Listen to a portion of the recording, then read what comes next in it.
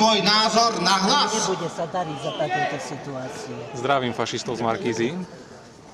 Moderný demokratický vládcovia zašli dokonca ešte ďalej. Prečo nazývate týchto ľudí Mal si sa na nás nachystané aj pas. Vo vašej fašistickej televízii. Dokonca v istých prípadoch za nepoliticky korektné vyjadrenia až 5 rokov.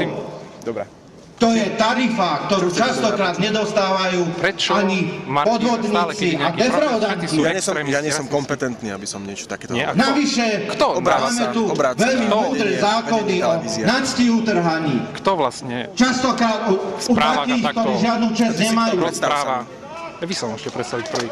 Prečo by som sa ja mal? Ty si mňa oslovil a ty mňa točíš, takže sa predstav. No ja sa nepredstavím. A prečo ma točíš? A prečo by som nemohol? Lebo aj ty Exekútor vás veľmi rýchle presvedčí, že ste mali majetok. Títo dôchodcovia sú rasisti a fašisti. Možno, že to sám hovorí. Po takomto múdrom súdom mediálne príkladom máme tu neurekom veľa. Dobre. OK. By ste byť nestranní, sa mi to. Určite. A vy ste strany?